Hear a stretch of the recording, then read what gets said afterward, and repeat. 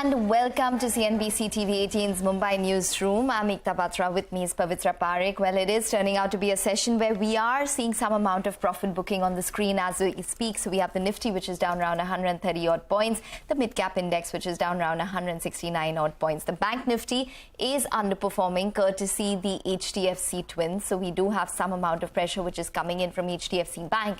HDFC is not a part of the bank Nifty, but nonetheless, both those twins are exerting pressure in today's trading session across the indices such as the Nifty as well as the financials. But nonetheless, we have a lot of ground to cover in terms of stocks as well as a lot of queries. Hi, Pavitra. Hi, good afternoon. The pressure has also just intensified in the broader markets, right? In the past few minutes, we have seen a 160-point cut in the mid-cap index. The advanced decline has also worsened a little bit. So you'll see that come up. But like Ekta was pointing out, we have a packed show. So let's invite our guests on the show today. We have Sacchitanand Uttekar, who joins us from Tradebulls, as well as Shahina Mukadam, who's an independent market expert, to answer all of your stock-related queries. Let's get straight to it then. Mohan Manohar calls us from Thane. He has investments in Gujarat, Pipavav. Mr. Mohan, if you can hear me, please do go ahead and take us through your query. Loud and clear. And thank you very much for taking my queries. Very good afternoon, madam. My query is about Gujarat Pipavav. I purchased at the rate of 84 about 1.5 years back. And I just wanted to know what is the future of this stock. Okay, so you've made some money on this. Can you tell us how long you're willing to hold? I can hold it for at least another 2 to 3 years. Okay, you can hold for at least 2 to 3 years. Shaina, let me come to you on this one first. Gujarat Pipavav was bought at 84 per share, so he's definitely made some money on it. He's comfortable holding as well for the next 2 to 3 years. What would you recommend on this one now?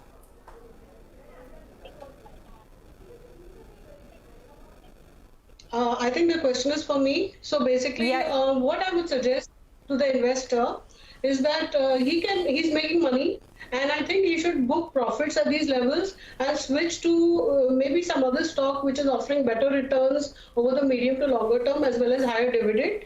The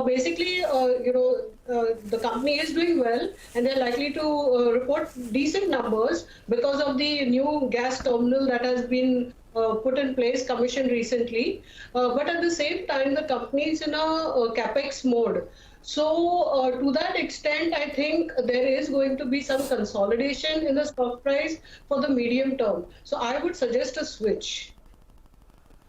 Okay, you would suggest a switch, but what would you recommend instead? Maybe a portfolio of different stocks? Yeah, see, in fact, if you want to switch to some Gujarat-based stock, you have GSFC, which is, in my view, will offer better dividends, better return over the medium term. You can again look at ITC, which is I would say a stock that will give good returns over the medium to longer term. Okay. Sachi, what would your recommendation be on the technicals of this counter if you've seen it? Good afternoon, Ekta. Ekta, I think the stock is consolidating well. In fact, if you look at the broader structure since 2015, it started correcting, and probably that correction got ended in March 2020. And post that, I think the stock has been relatively stable. Even right now, I feel that the way its monthly and quarterly charts are placed, there's a good chance that we may see this particular stock, breaking out of that congestion on the higher side. So 120 is the resistance zone, but the kind of momentum that we have seen in the last few quarters, probably that particular momentum may continue. The price pattern is indicating a target somewhere close to 190. So I think it can accumulate this particular counter even at this stage. The structure is not that weak. It's a healthy sign of consolidation. So any declines should be utilized to add positions with a stop loss at 55. All right, that is a complete technical and fundamental perspective on this stock, on the Gujarat Pipavav investment. So, Mohan, I hope that helps you with your query. But the next one that we have is Shweta Jain, who writes in from New Delhi. She holds 20 shares of Titan, which she bought at 2,000. The stock is currently over 2,700. She's a short-term investor and says that she is making some profits, but she wants to know whether this stock can actually help her generate some more wealth in a time frame of just around 1 to 2 years. Shahina, what do you think? Titan with a 1 to 2 year time frame, would you hold it? She's already sitting on good profits on this one. Well, it's a blue chip. It's extremely expensive. The valuations at the same time, it's getting valuations of an FMCG company, which in my view is fine because you have a very strong balance sheet, a very good management. I think also on the business front, they are doing pretty well. Top line 30% plus growth, sustainable over the next couple of years. They are doing better because now gold, the prices are moving up. Also, with the hallmarking coming in, the organized players like Titan are doing much better. Diamond business is doing well. The eyewear is, growing well. So I think everything, like on all fronts, the company is doing well. Valuations is the only issue. It's always been expensive. It continues to be expensive. And I would say it's more of a portfolio stock rather than a trading stock. Okay, portfolio versus trading stock. Sachi, would you agree with it? What would your recommendation be on Titan, considering that it's already at a fresh 52-week high? So does it have further strength? Do the technicals indicate further upside? I would recommend a hold. In fact, if you look at the structure for the last few years, the stock has been trending well. If you look at the last few months, so probably we have seen it consolidating, but it looks like a secular trend here. So probably, one should hold on to this particular counter. On an immediate basis, it may find some resistance at around 2800, 2900, but if you keep a time horizon of a few years, probably 1 to 2 years, then we see this stock scaling towards 3350. So I think it's a good idea to keep your stop losses trailing. As of now, the immediate or the confident base that we are seeing is at around 2300. So probably she can maintain a stop loss somewhere close to 2250, and still hold on to this particular counter. There is no sign of divergence or exhaustion even on its weekly or monthly scale. So probably this particular trend may continue for the next few months as well. Okay, all right. So that's the view coming in on Titan. But let's get in another query now. We have Prashant Kumar, who writes to us from Mumbai. He holds shares of Sona BLW, which he's bought at 400, and 50 shares of State Bank of India, which he's bought at 300 rupees. He's a medium-term investor. Wants to know what the future prospects of both these stocks are. One from the broader markets and one the largest bank of the country. So what would you recommend, Shahina? Because, yesterday we did speak to the management of Sona BLW and they seem quite bullish going into FY24.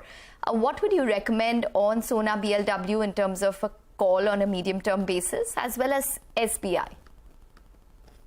Well, to take the easier one first, SBI, I think at 1.5 times book, one can continue holding. Results on the 18th. I'm sure they'll come up with decent set of numbers as we are seeing for some of the other larger banks. So I would continue holding SBI. That remains a portfolio stock. As far as Sona BLW goes, as you mentioned yesterday, the numbers were there and excellent set of numbers. And I think they have mentioned that this sort of growth, 25% plus type of turnover growth, EBITDA margins, 25% plus EBITDA margins are likely to sustain. Having said that, I still think that one should take this time to book, the stock is showing a good bounce, to take this time to switch because I think most of the upside is now there in the valuations, and the valuations are extremely expensive. If you look at it, it's about, the valuations are about 70 times P, and price to EV to sales is also about 8 times. So I think the upside is capped. So if the investor is making money, I would take this time to book profits and to switch.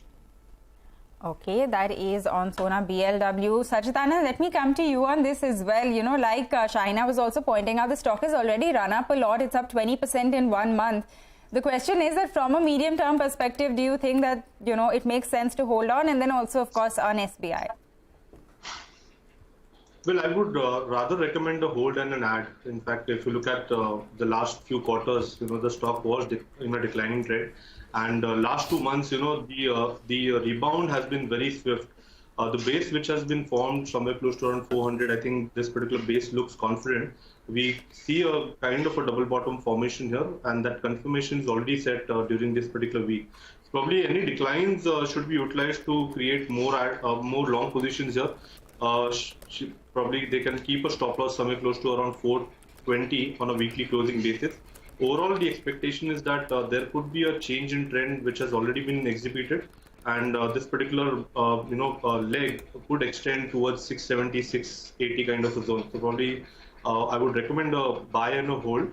for the existing positions as well. Stop losses should be kept at around 420 on a weekly closing basis, and the stock can be reviewed somewhere close to 670, 700 within this particular band.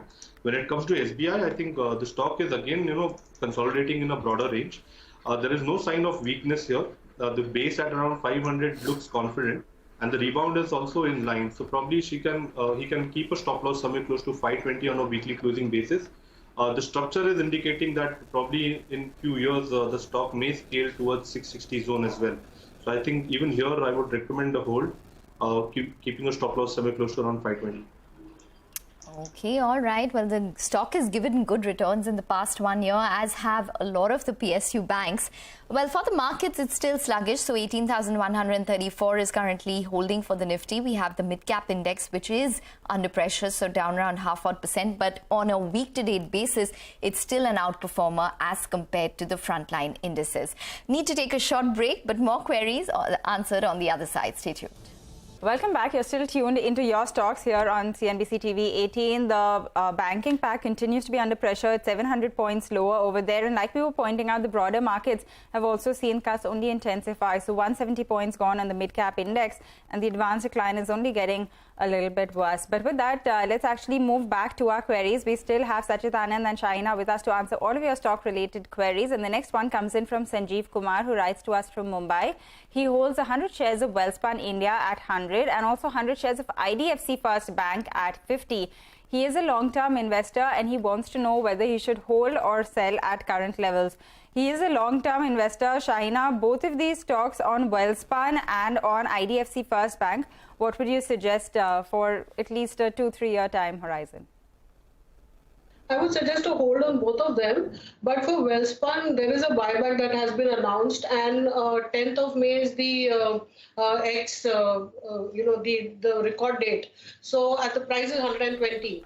So I don't think too much will be bought back. It's about 5% or 6%, slightly lower than 6% of the total equity. But at the same time, I believe the investor should offer his stock for the buyback. And remaining whatever it is, he can continue to hold, because in terms of valuation, while the PE looks expensive as of now, but I think FY23 has been a difficult year for the company. But cotton prices are now coming down. Also, with logistic costs coming off, I think FY24 should be better, and the valuations should start looking reasonable in line with its usual numbers. So I would suggest that he can continue holding. If he wants higher dividend, then of course we discussed earlier, he can move to higher dividend stocks with the rest of the quantity that he holds. In terms of IDFC, of course, numbers were very good, and price to book 1.4 times. There is a growth across improvement in asset quality, so he can continue to hold IDFC. Okay, Sacchitanand, any recommendations on the technicals of both these stocks, Wellspun as well as IDFC First? I think both the stocks are doing well. In fact, IDFC First we have also recommended to our clients. We are expecting a move towards 84 eventually. The last 4 months for this particular stock have been very significant. We didn't see much action there. But recently we saw a very strong breakout above that 60 mark where it was consolidating. If you look at the monthly scale, it is comfortably now trending above its 200 monthly exponential moving average.